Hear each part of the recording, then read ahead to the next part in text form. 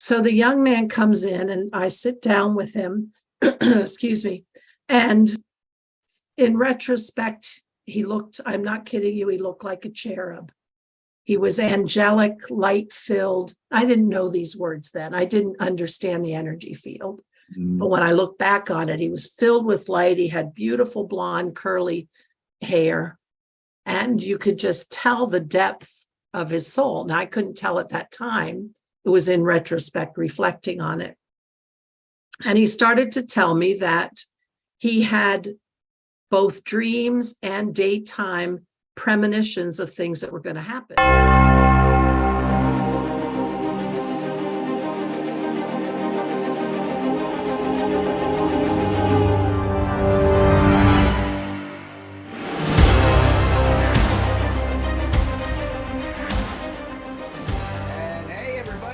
Welcome you to the Infinite Wisdom interview series. This is a place where you can expand your mind. You can stretch your horizons and see the vastness of possibilities that the universe has to offer. And today's guest is going to take this to the next level with her unique healing practices. So as usual, we want you to tell us where you're tuning in from. Drop a hint in the comments, a landmark, a city, a country. Let us know how many spiritually minded souls and that really want others to know that they're there and want to know the new people that are coming onto the show. So drop in first time, hashtag first time. If you're on a replay, make sure you put in hashtag replay so we can come back and greet you and answer any questions for you, because you are part of this extraordinary community of thousands of brilliant individuals, and all of us with the hopes and the desires to build a better world for ourselves, for our children, and for our children's children. And today we are with Dr. Sharon Martin, and she's going to share her journey into ancient shamanic knowledge and techniques. And now, mind you, Dr. Martin is an Ivy League trained, board certified internal medicine physician who also holds a PhD in psychology, physiology?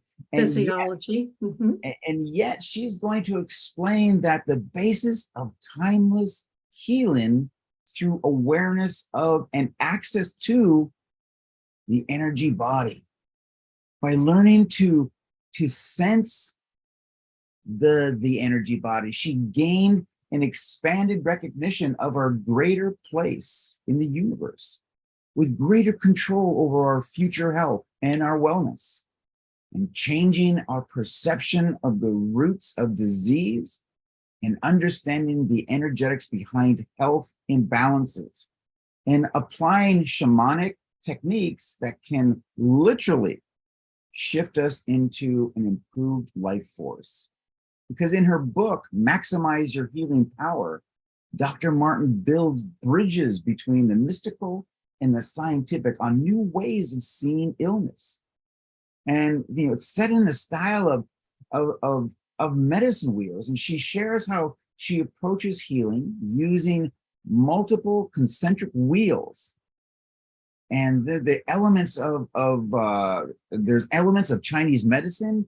There's compass directions such as Celtic mythology, the original process of the 4 as and the 4 perspectives, the literal, the emotional, the spiritual, and the energetic.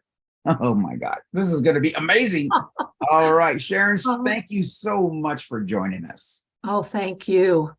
So we're going to see some serious scientists go off into the woods of the woo-woo. And we might actually find out that there's a lot to be found there. Exactly. There really is, if we just want to open up. So you're described as blending allopathic medicine with shamanic knowledge to diagnose and treat your patients. First of all, how does the medical boards feel about this? Oh, we probably shouldn't tell them too much about it. But even if what I'm careful about, let me just explain. Everybody knows mainstream medicine and the medical model is flawed.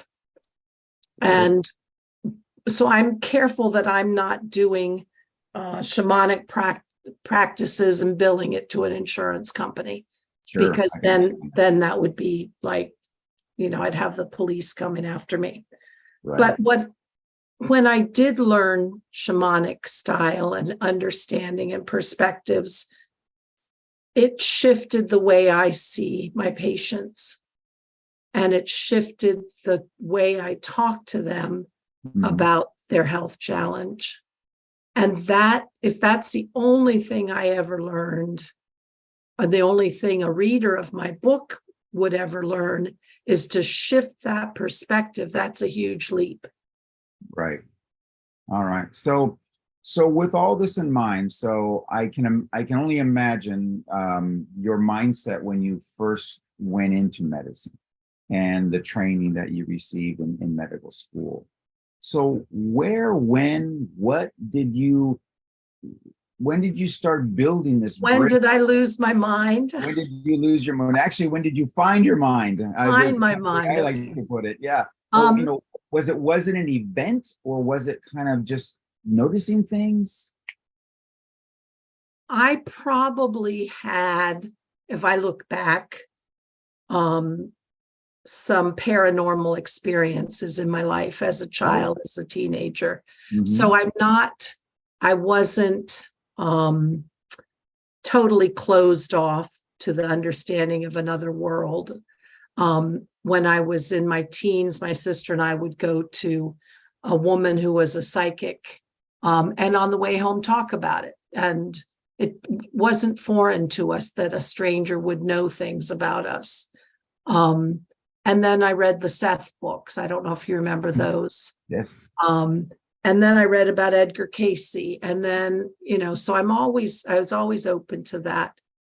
But I think one by one, straws were being put on the camel's back when I saw how, and it started even in medical school, how we as physicians were not always holding the banner of healing.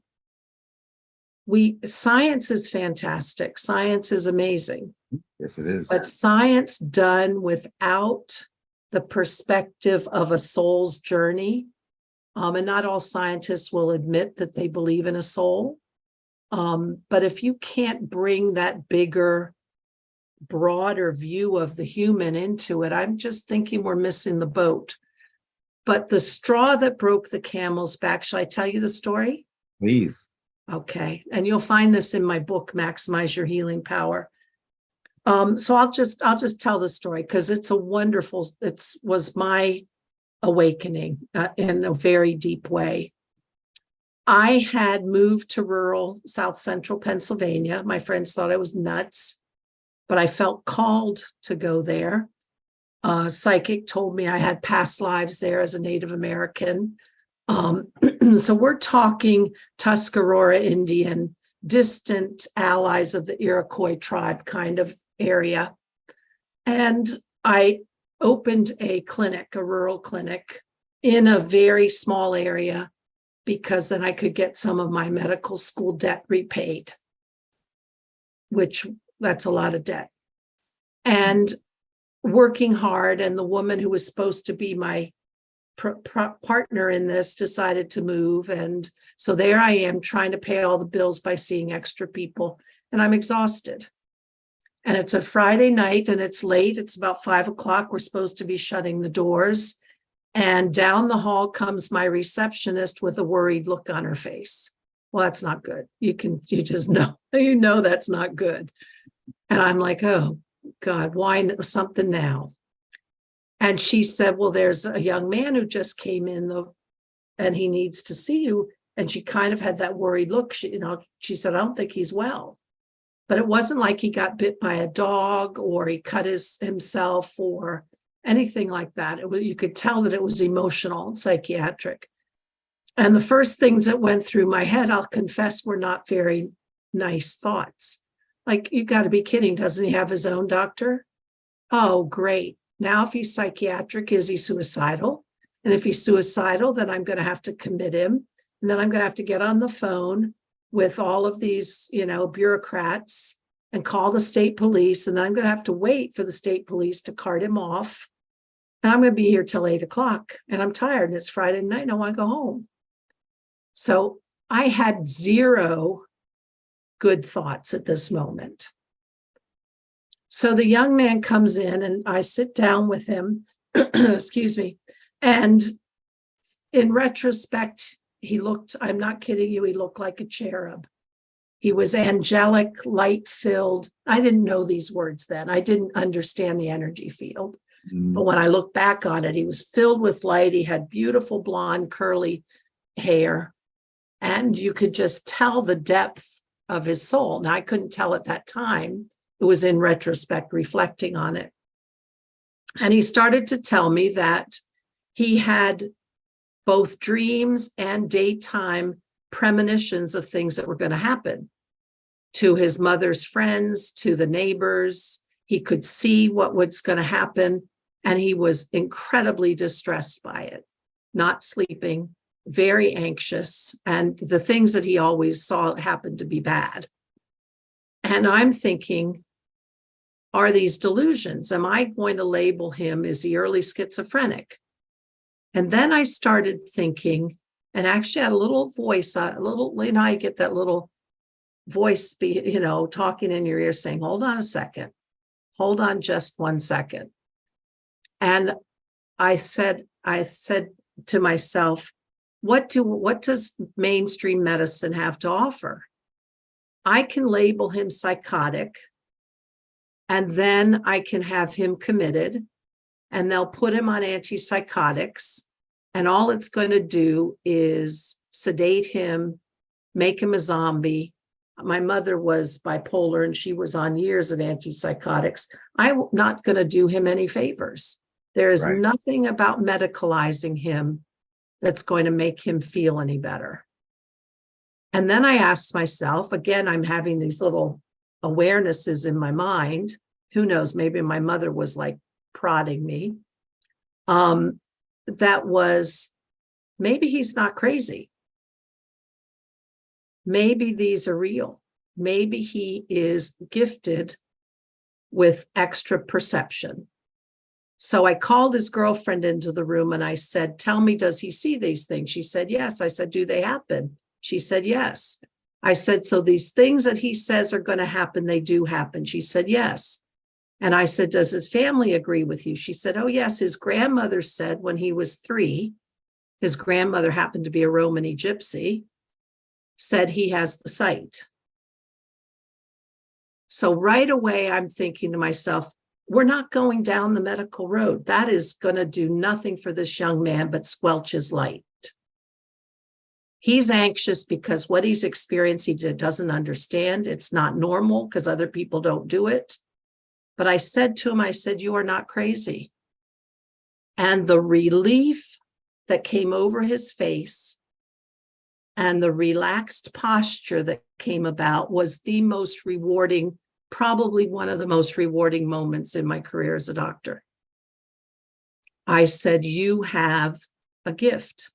You have extrasensory perception. You are psychic. You have the ability to open to information in the field that you see things. And I said, but your challenge is you have to learn how to shut it off because otherwise it'll swallow you whole.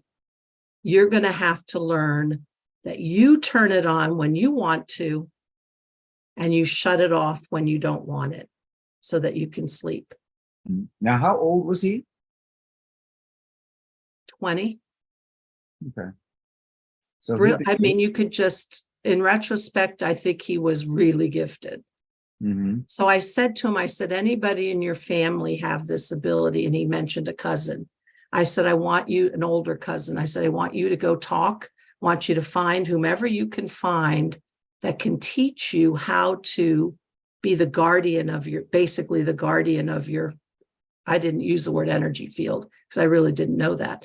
To be the guardian of when you let those thoughts in and when you don't. You choose. And he left and feeling good. And I provided what I know now to be well-being and a manner of healing to him. And I did it without any pills. Right. And I did it without going down the only pathways available in mainstream medicine. I did it by saying, hold it. I can't go that way.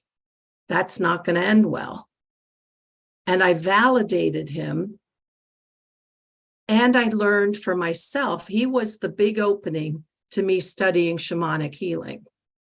Because I said, there is another way. There has to be another way to add to the science of mainstream medicine.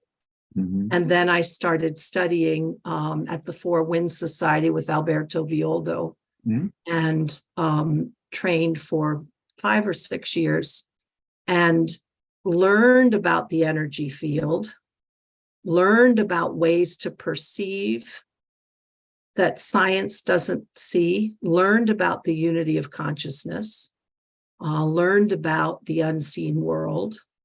And this young man was probably one of the biggest gifts for my awakening. So, and how long had you been in your practice at that time? I'd gotten out of residency in 99, and this might have been 2002, 2003. Mm-hmm. Mm-hmm. Okay.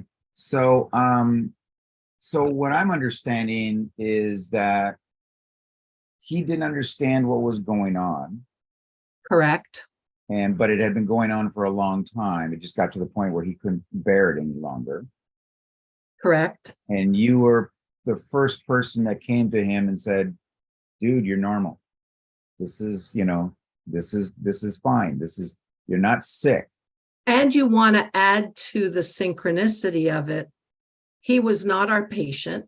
Mm-hmm. My clinic is in a tiny little town. Mm-hmm. It was. I don't work Right. there anymore. And he happened to be driving by. Oh, really? Oh. Happened to be driving by. Uh-huh. On a Friday night, Mm-hmm. while we're about to close, and comes in. I believe this was a divine providence setting up a very important connection. Mm-hmm. I have no idea where he is. I never saw him again. I often think about him. Mm-hmm. But that was a gift to me. Spirit gave me a huge gift. Right. Mm-hmm. That's fantastic. Set two people on new paths. And especially because my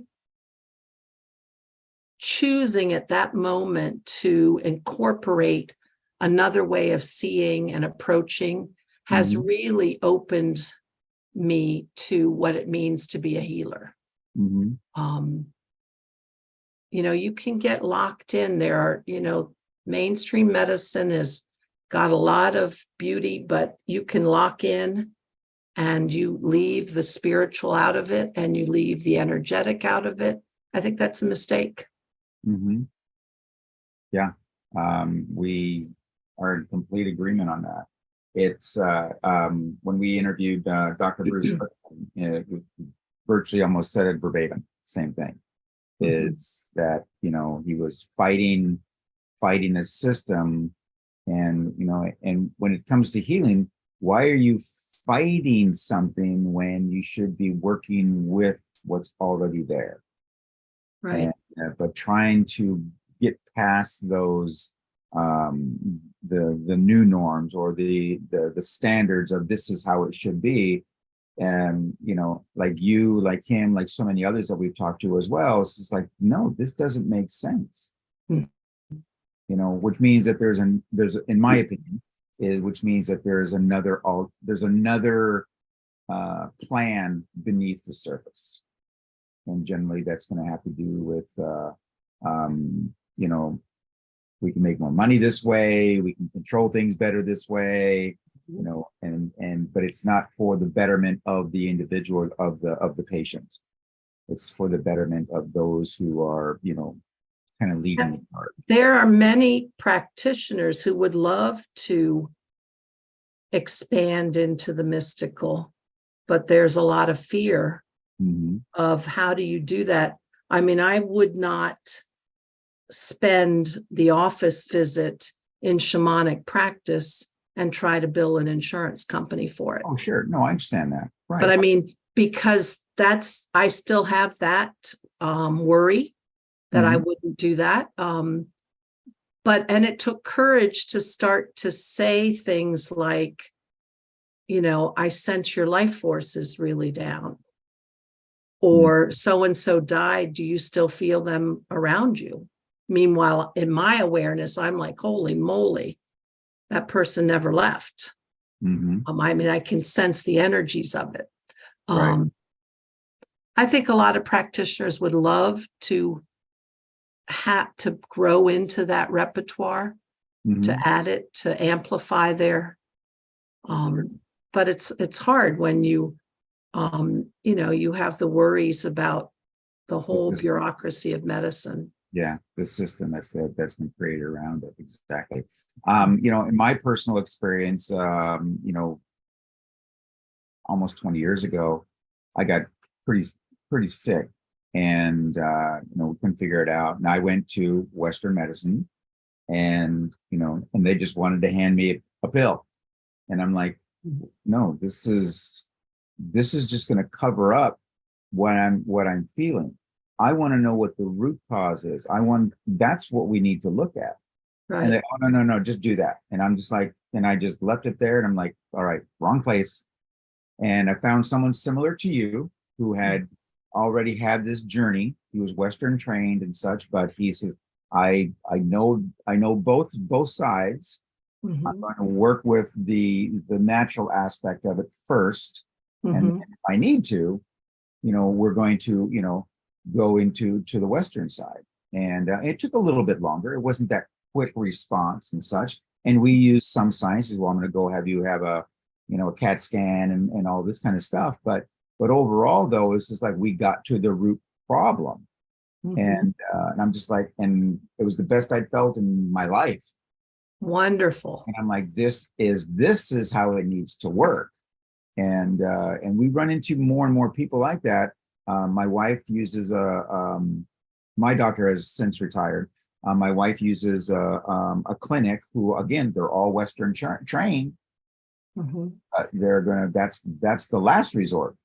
And but what they did, which I really like, and that kind of reminds me of you, is they just said, listen, we're not going to get into, we don't take any insurance. You can bill your insurance, but we're not playing that game and such, because what you just said, it just closes everything off to us of what we can do, and then it makes me a slave to the financial drive. Exactly. Yeah. So are you on the West Coast? Yes, I'm in Seattle. Yeah, so that's way more open than other places. Yeah, no, I mean, you've got Bastyr University, so you've got all the natural paths and right.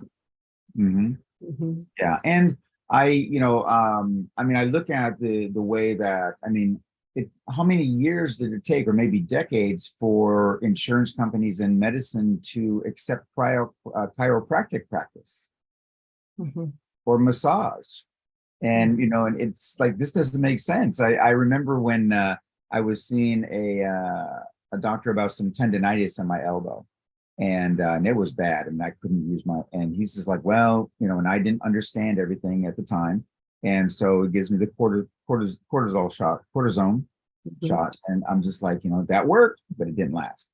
And finally he's like, well, you know, our next step is surgery. And I'm just like, when I was in my 20s, I'm just like, no. There's no, I didn't have an accident. This is just this. And that very same day, I left his office. I'm driving home, and not 2 blocks from my house is a chiropractic, an acupuncture office, which I'm sure it's always been there. I just never saw it. And I just pulled in. I said, "Man, do you think you can work on this?" And he's, "Oh yeah, that's a piece of cake." 3 treatments later, done.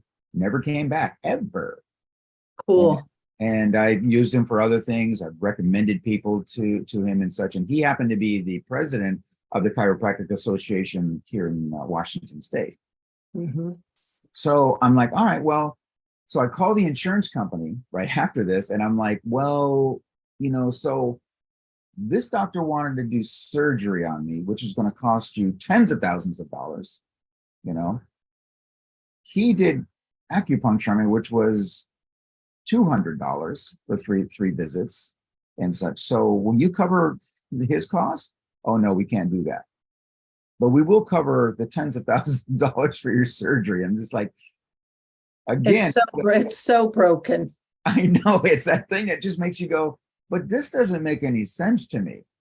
And you know what's hard for me, that I live in a demographic that's has some poor people. Mhm.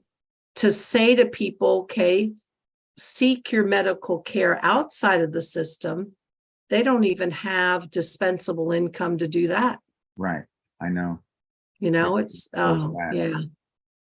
Yeah. So then we've kind of, your goal is to work from the strongest vantage. So and come from a place in which traditional, shamanic, and energy medicine are all blended together. So can you give us a couple of examples where that has been your strongest advantage? Okay, let me think.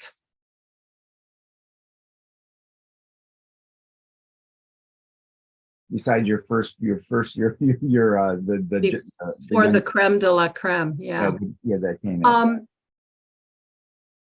I'll tell you a simple one that happens often, Mhm. and then I'll tell you a little bit more that Sure. took a little more insight into what else was going on. I have a lot of people with back pain. Okay. And a lot of times you can do the workup and the x-rays show nothing. You can put them on medicines that usually tend to make them sedated. I don't choose to give opiates unless I'm really, really back to the wall. Right. But I found myself in more cases than one recognizing that this back pain that was ongoing had, we call it in medicine, we call it a secondary agenda. In other words, you have the pain and you're looking for a medical diagnosis, but really the pain is about something else. Mm-hmm. Either you want to go on disability because you're stressed about life, either you are so burdened down. And I've seen a couple of people, not the high percentage of back pain, but a lot of them that are burdened by life. And when I studied shamanism and I was able to start to be aware of the energy body and to understand the idea of a soul contract, in other words, the rules that you live by, either conditioned in this life or brought in from another life. And you start to then, I find myself saying to the person, you seem to be, I'll just use an example, you seem to be weighed down. Oh, yes, life, it's hard and my back hurts. It's hard and my back hurts. Well, if I say, well, let's forget about for a minute that your back hurts. Do you feel burdened? Do you feel like you've got a lot that you're carrying? Because I'm seeing it clear as day that they are literally like a pack horse that has been overloaded. And I can see that energetically that's showing up as back pain. Oh, yes, I have a lot to do. And I said, well, why? Well, because I have to. I said, what do you have to do? I do this, I do that. I do this, I do that. At home, I have to do this. I work 2 jobs, then I have to do this. I said, who says you have to? Oh, no, I have to. I said, yeah, but who says? Why? In other words, trying to get them to open their eyes to living under a belief that has now caused them aggravation. And that's something that you can sense when you study energy medicine styles, is you have a belief that leads you to keep doing behaviors that are negative for your health. The belief being, I have to handle everything. I'm in charge of everything. It's my duty. It's my job. Right. And if you want to change, you've got to shake that belief up. And that's hard sometimes. That's really hard. Because when the person has believed that they have to take it on, and it's often women who do everything, they work outside the home and inside the home, and they never say, no, I'm not going to do it. Somebody else needs to help. They never force their husbands to take on something. I'm not making this a gender thing. I'm just observing. But that living under that belief, and then when I say, who says you have to? Oh, no, I have to. Well, what would happen if you didn't? They can't even conceive relinquishing that rule. Right. And there are many times where illnesses fall inside a cage of rules that you've made for yourself. Like, no, I have to be the caretaker to my parents. Who said? There are nursing homes. There are people you can hire to come in. Or I have to do this. Or I'm the one who always has to. I always have to protect my younger sibling. So that's a big perspective that you can learn studying an alternative way. Right. So do you, so like I've been certified in emotional freedom technique. I'm sure you're familiar with that. Tapping. Tapping, where part of that training is the realization that you have these blockages in your body, and those emotions are just going to keep going and keep build that pressure. Those life challenges and such are just going to keep hitting that spot and build and build and build and build and build. Do you use any type of a technique like that?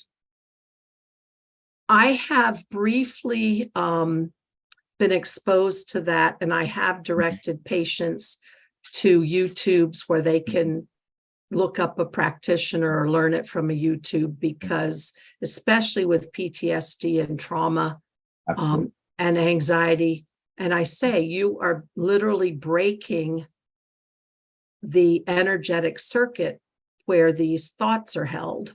Right. And you can get on the YouTube and you can teach yourself, and you can find a practitioner that can work with you remotely. Do you find an overlap of that belief system in the shamanic teaching trainings that you've done in the past, that that the body will hold this negative energy in? Yes, because what we're trained to do in the Peruvian shamanism that I learned is to scan the body for foreign energies, for stagnant energies. Okay. And that those could even be emotional or physical wounds from a past life. And, that's to know that, and to suggest that that is a pattern that might be there from before and that you can break it. People almost can't conceive of that, but if they're willing to try, it can be miraculous. Can the average layperson learn how to do these for themselves? Such, or is it always, no, you have to go to this person to get this? That's what the intention of my book is. Okay.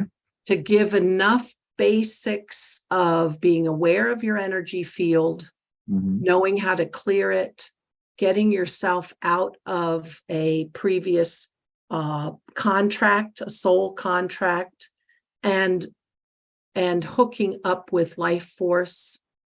So the whole, just a few basics, but that you can really do yourself. Right. Can you give us an example of one of those basics? So in many people who have seen the ideas of shamanic healing and Native American indigenous ceremonies would know about the use of fire as a transformative element and taking your issues to the fire. So literally having a fire ceremony and carrying your whatever burdens they are and relinquish them to the forces of fire. I'll tell a story, and I tell this probably better in my book. I had a patient come in who was very, very distressed underneath the physical reason that they were there for. And I said, what's going on? They said, well, I have flashbacks. And I said, tell me what about? And they saw a young child being injured, and because they worked as volunteer at the fire company. And so they were called to the scene where a child had died, and looking around at the family members standing there, seeing the grandfather was kind of grinning a really creepy grin and getting this horrible, horrible feeling that something was way bad. Here was a dead child, and this person wasn't even sad, and having anxiety and flashbacks about that. And to be able to say, I think you saw evil. And the person said, yes, I did. And I said, well, let's clear that imprint from your field. Here's your homework. I want you to sit in a fire ceremony, whether it's just a candle, whether you're outside with your chimenea, or you actually can make a campfire. And I want you to, every time you have that thought, put it into the fire. And then later, you might not actually have the fire, but visualize it and release it. So teaching release for something like that. So energetically, they're clearing their field, even though I didn't explain, you have an energy field, and what you're going to do with this is you're going to clean it, because fire is anyway. But just to say, I want you to sit and release any hold or any time that evil contaminated you. I mean, face it, there's evil out there. Yeah. So that's similar to a method that I've taught to many clients as well, is that, simply write these things down, go outside and burn them on a candle or in a fire, or just use a match or a fireplace, whatever the case. It's not as much of a method is that, you're just letting it go. Watch the smoke, or watch the ashes go in, and those are your problems that are just flittering away. And that's the power of ritual. That's right. Yes, exactly. So and I talk about that in my book, that rituals are where you are entering into a sacred space, because you're intending for every part of you, soul, body, mind, to be present and to make something bigger than you happen. And so there's several rituals in the book. So your book also tells people how that they can understand and work with their energy fields. Let's go into that for a little bit. I'm going to make an assumption that a good percentage of the people of our audience already has some understanding of energy fields, but why don't you define it as you believe it to be? So what I was taught when I studied with the Four Winds Society was the Peruvian awareness. They're medicine men and women, and they saw the energy field as what we might call the aura. They saw it as a egg-shaped glow around the person. And the concepts are that everything that you interact with, whether in this lifetime or others, affects your energy field. And it can create a stagnation by being stuck there. It can wreak havoc. Then that you can, in sensing your energy field, and I'll talk about that in a minute, you can clear it and restore it and repair it.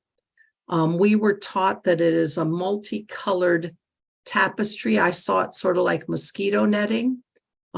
with, like fancy lights all around. Oh, And yeah. I teach ways that you can start to be aware of it. And in a meditative space, feel it. And we learned this in our training, that we learned to feel it. And if you felt there was a hole, you would fix it. And that sensation, and then feel when somebody comes towards you, when do you actually feel them? Well, we recognized that it was, a foot out. And then we were trained to push it farther out. And then we could sense them when it was 3 feet away. So those kinds of awarenesses help a lot. And so how does someone's energy field get, for the lack of a better term, dirty? My understanding, so it may not be the way I was totally the way I was taught. Human beings are meant to resonate with other human beings. Right, definitely. We're meant to be with others, so we interact with them and we share, we merge energy fields by reaching out, sensing them, sharing with them. But sometimes there are interactions, and you can know this, and our listeners can know this, where you're in a relationship, whether it's just a colleague at work or a real relationship, where one person is taking much more than they're giving. And you can feel yourself be drained by that person. And there are people who hook up with you, literally, with their energy bodies and take your juice. Carolyn Mace describes it pretty well. She says we're like batteries, and we have to self-regenerate. We have to charge ourselves up. But you hook up with someone intentionally in a relationship, and they're give and take. You'll give power to someone, they'll take it, vice versa. But there are some relationships where people keep taking and taking and taking. And they're literally energy drains. Right. And you can start with the awareness of someone who you can feel. We have that expression, the oxygen goes out of the room. There's some people that just suck up everything in the room. Well, they are literally feeding. They don't self-generate. They get their power from taking it from others. Their battery juice, so to speak. So those kinds of awarenesses help to know what your energy body is all about. So for this type of medicine to work, does a person have to believe all of what you've said so far, or everything that's in your book? Do they have to believe all of that for it to actually work for them? I think the one thing that you have to believe is that it is possible to change. If you don't believe that, I don't think anything's going to happen. You might have a very, very powerful shaman work on you, right? Like maybe John of God do psychic surgery on you and something will happen. But generally, no. Right. You don't have to believe in a soul. You don't have to believe in God. You don't have to believe in a past life. But you have to recognize that your thoughts and then your intention can direct your biology. And that if you can put your attention and intention to it, that you can make it change.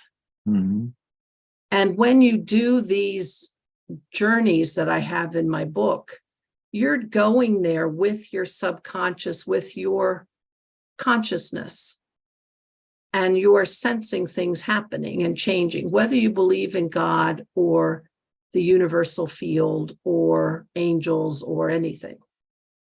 You can just have it all happening inside your head, in your own mind. Right.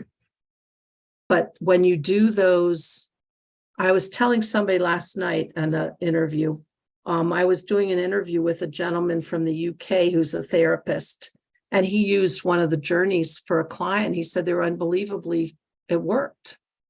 Well, you can, when you do your own journey and you take your own awareness to that, then things can happen, whether or not you believe in anything else around you. Exactly. A story that I have is a friend of mine, his father was basically debilitated by tinnitus.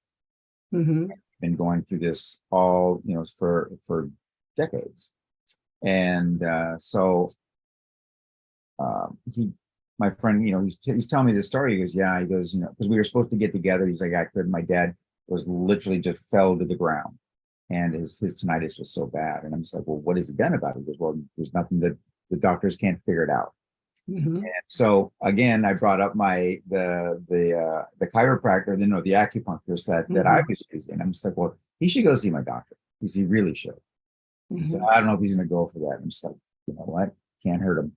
He really can't. And so he does. He goes. So the father goes for about a month of sessions. And I happened to run into him like 5 weeks later. I'm like, how are you doing? He goes, yeah. And he goes, it's all gone. He goes, I've never felt so good in my life. And I'm like, I said, that is so good. Then he goes, I don't really think it was the acupuncture that did. Oh, but of course not. Mm-hmm.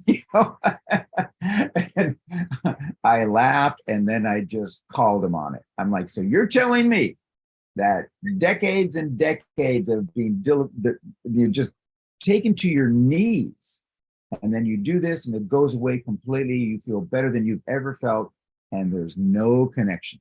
And I remember reading, it was in a book about consciousness and the universal field. And I remember reading about a skeptic, a very brilliant scientist, philosopher, skeptic, didn't believe in God, didn't believe in any of that, had a near-death experience, had a transcendent experience. Mm-hmm. Still won't change his scientific mind. Yeah. And I say, oh, well, it's still out there anyway. Yeah, it still works. Why won't you? You don't have to say mainstream medicine is wrong or bad. You can still follow it. But why would you not add to it? Why would you not allow yourself all the goodies from a multifaceted approach? Mm-hmm. It's a good question. Why? Part of it is that those belief systems have been so ingrained in us, and they just simply can't let go. And I'm sure you've had those experiences as well, as where you were working with a client or a patient, and you were able to remove or pull that old belief system out, and then they literally feel like their life is about ready to fall apart because everything was based on that belief system. And so my experience that I've had is where people are just like, no, that's what was holding me together, so I have to hang on to it. Mm-hmm. I know that logically all of this worked, but I have to hang on to this. Well, I see that a lot. And I see that a lot in treating depression. And we could have a big argument on, how much Prozac is prescribed in the world. But when people can argue about it. Yeah, we don't need to argue about that part. But as a doctor, when you need it, when you need that tool, you need that tool. Mm-hmm. And the numbers of times people who have gone from abject misery to actually being functional, mm-hmm. and 3, 4, 6 months down the line, they stop the medicine and they go right back to where they were. Right. Now, the ideal for me would be use the medicine, let's chemically get your depression gone. And now you do the work on the other avenues that will help keep it gone. And then we bring you off the medicine, but they don't do the work. And then they just go back to that abject misery. And that's so hard to watch. Mm-hmm. So with all this in mind, where do you see the future of medicine going? Where I would like the future of medicine to go is to incorporate consciousness. Mm-hmm. Not only for the practitioner to hold an expanded perspective of possibility and to understand that even the practitioner's intention it's sort of like, I'm going to not know my physics very well. Maybe it's the Heisenberg principle, where the observer actually changes the outcome. Mhm. Like particles are zipping around, but just the act of observing it in the lab locks in the reality. Mhm. I would like to have practitioners be able to hold an intention for an outcome. Just because there's a mass on the lung doesn't mean it's cancer and the person's going to die. Let's hold a different intention. And then for people to learn their consciousness, because I think for me, the frontier is there's a universal information field, Mhm. and the organizing principle and the life force, which directs all of our cellular biomechanics, has set in motion the way our bodies are supposed to work. And I call it the templates, the original templates, to Mhm. be able to link up to that field and download the original template to restore our cells and our organs to the way they were supposed to work before Right. the glitch. Mhm. So that's, for me, that would be the frontier.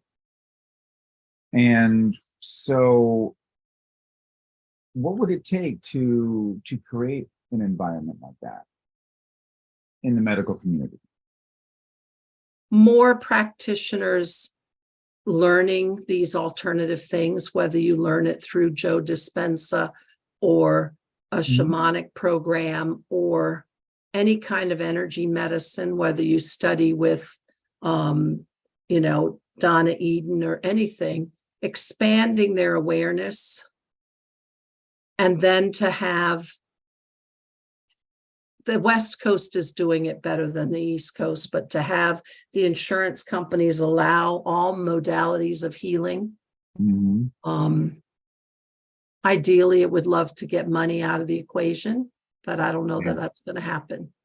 Yeah. Not while we're hungry for, we want everything that is. And sometimes that means expensive tests and surgeries. Right. And who's going to pay for it? Exactly. Because I have found the same where, I'll talk with people and they'll give me this list of medications that they may be on. And I'm like, well, why are you on this medication? Why don't you go in this direction? Have you looked in this direction, whatever? And it really does come down to money. They're like, well, my insurance pays for all of that. Right. That's the direction I'm going to go. Right. Because I can't afford to go in the other direction. Right.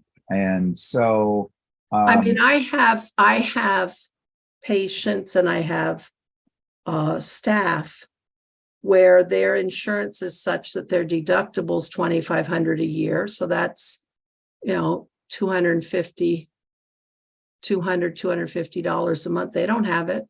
So they're not going to seek care. Right. Mhm. Yeah, exactly. I mean, it's crazy world. It really is. It's refreshing to know that somebody of your caliber, feels that same way. And I've been, Gary, you met earlier, we've been, doing this for 13 years with the idea of, changing people's concepts, changing not so much their belief systems, but simply showing them that there is another way. There's another possibility. It's Right. where it's not this, this or that. It's this and that and that and that and that and that. Mhm. All of these possibilities. Right. I love that. And but where most people are just so very stuck on this one path. And it really just comes down to asking yourself a question: is this the best way? Is there something else? It's why we do this show. So that we And can. that's why I wrote my book, because if at the very least, and that's maximize your healing power, Mhm. in the very least, you learn something to expand your awareness, Mhm. to start to put your consciousness to it. And the other thing I wanted to say for your listeners is, when you get the book and you have the order number, you go on my website and that's Great. drsharonmartin.com. Mhm. And you find the page about the book and you put the order number in. There's all kinds of freebies to download. Fantastic. And the link is already in the comments. That's great. So we do have a question here for you. So, or a statement. So Jolene says that there are lots of patterns that can be broken, but once your body has been through enough, it's prone to back pain, arthritis, and pain all over from years and years of wear and tear. How do you respond to that? A couple of ways. One is, yes, it's very hard when it's deep in the density, especially in your bones, arthritis, to change it. Mhm.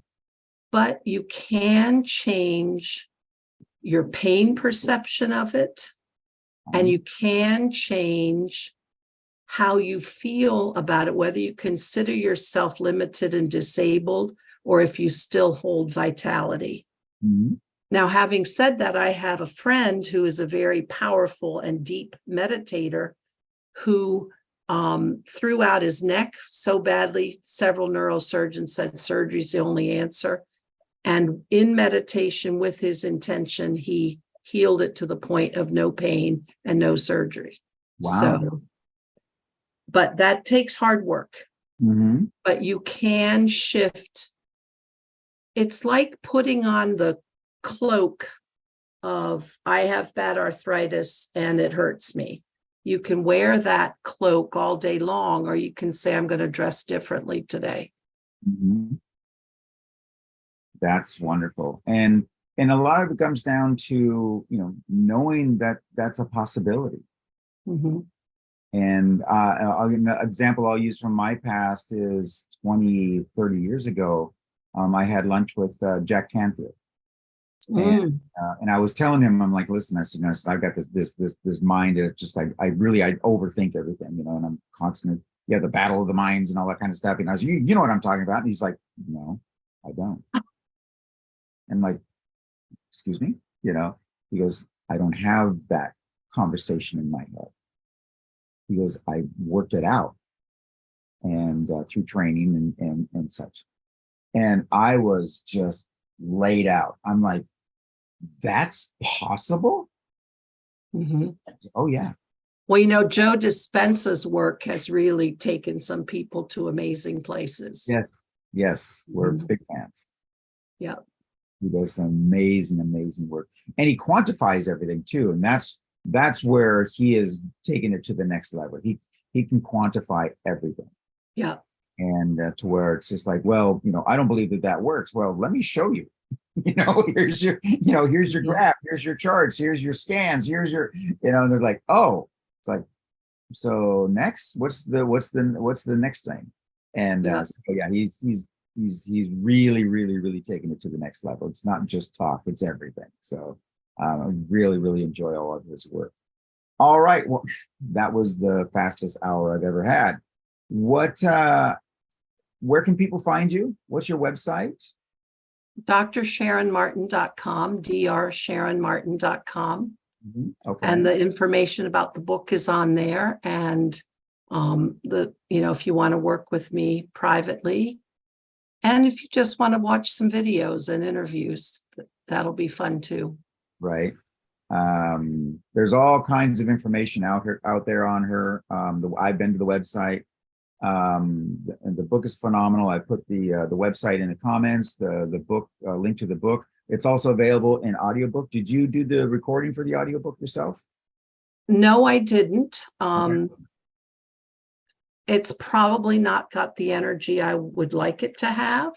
Mm-hmm. I'm going to record the journeys in my book and put them up on my website, and then you'll have them in my voice. I just haven't done it yet. There you go. All right. Well, fantastic. Sharon, I really enjoyed this. We hope to have you back again. That would be wonderful. Thank you. This is just awesome stuff. And for everybody as well, you've heard about our virtual roundtable that's coming up in a couple of weeks. So if you're interested in the virtual roundtable, this is a place where there's no pitching, there's no training, there's nothing to sell. It's just a place where we interact and help each other with with issues, whether it be your business or your personal life or whatever. It's just a great community that we've created where we all pitch in and help one another. It's an amazing tribe. And if you're interested in getting involved, there's no cost to it whatsoever. Just put in hashtag VRT in the comments, whether you be on Facebook or you be on YouTube. And once you do that, that's our signal to us that you're interested, and then we will send you all the necessary information. Again, I want to thank Dr. Sharon Martin. Check out her book, Maximize Your Healing Power. It is an amazing book. It really is. It's an easy read. It's not super complicated, but I'm telling you, it is powerful. It has got a lot of the answers that you've probably been looking for. So if you've been dealing with pain, you've been dealing with issues, check this out. She's just like, here's the answers. So check it out. She's amazing. Thank you very much. And we will. Thank you. Once All again. right. Goodbye, everybody. Thank you so much. All right. Thank you so Bye. much. Thank you, Sharon. Bye-bye. Yeah. So, I'm going to take this time here. I'm going to ask you to just play along here with us just for a little bit. Okay. If possible, and if you're in a place where it's safe to do so, just close your eyes for a few moments and let us take you on an imagination where we transport you to a unique place. Let's say it's a sanctuary where minds converge in conscious collaboration. Imagine that. And we're all headed there together, even though it will be unique to each of us in this space. There's no room for the typical noise of selling, no elevator pitches, and certainly no awkward self-promotion that just turns people off. Okay? Instead, it's a space where authenticity reigns supreme, where pure relationship building and collaboration take center stage. So imagine joining in this space, feeling an immediate sense of warmth and camaraderie.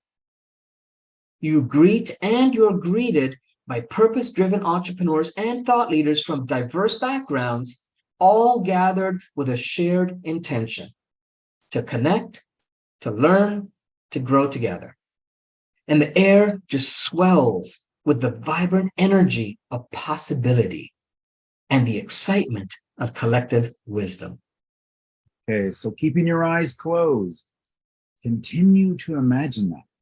As you participate with the intention of service, you become part of engaging and deep conversations. Everyone is actively listening to one another with genuine interest.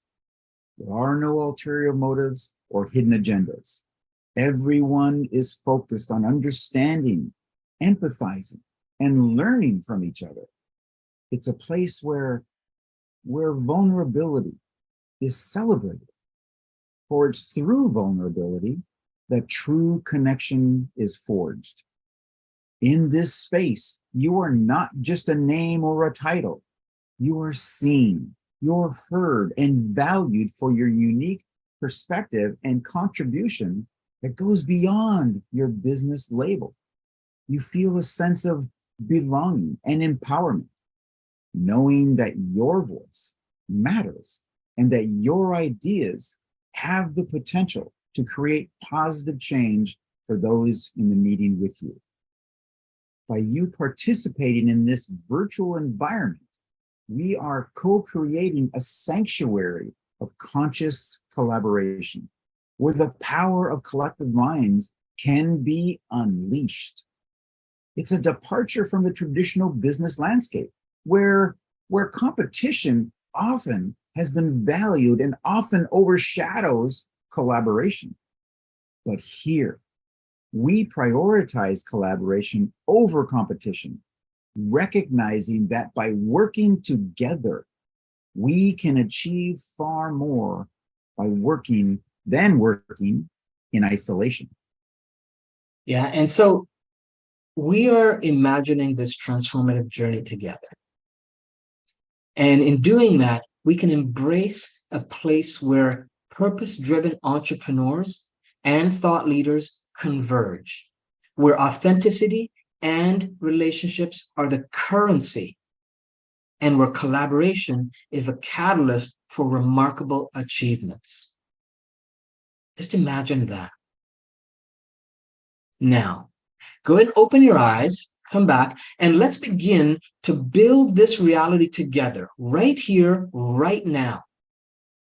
And before we go into that and go towards that, here's what others are saying about this type of collaborative environment and what their experiences are. Okay. All right, now that you've watched those, here are a few things you need to know to be ready for the virtual roundtable. First thing is that you need to be there right on time or early if possible, because we want to honor everyone's time and start into the experience right away. Because once we get going, there's such a flow of creative interactions and ideas that it's important that we actually head right into the breakout rooms about 5 minutes in, so we don't really waste a lot of time. So to prevent interruptions, we won't be letting anyone in late. And that's a strict rule, a strict boundary we're going to stick by. Exactly. And second thing is that you need to be camera ready. This is not a sit behind a blank screen experience. There are no spectators. Have pen and paper ready. You have to have your camera on in order to really participate with your partners, in order to build those relationships and those collaborations. Think of this like the blending of a super powerful mastermind with the time and the efficiency of a speed dating service. So you can expect efficient use of your time and a variety of interactions with like-minded entrepreneurs in a no-pressure environment for a powerful bonding experience. So, for example, let's say you had individual meetings with, let's say, 20 people at 30 minutes each. Well, that would take you 10 hours. But instead, if you met those 20 people in 1 2-hour day, you're going to have a relationship and a bond with everyone in the virtual roundtable. So this is such a smart, efficient use of your time when you come to these events. Absolutely. And the most important rule is that everything we do here is in a safe place. Absolutely. You can show up as your authentic self and know that you have a space where you can get real help. This also sets the tone so that you get amazing value from each event. You're going to leave with solid connections, absolutely. Now let's face it, being an entrepreneur can sometimes be so isolating.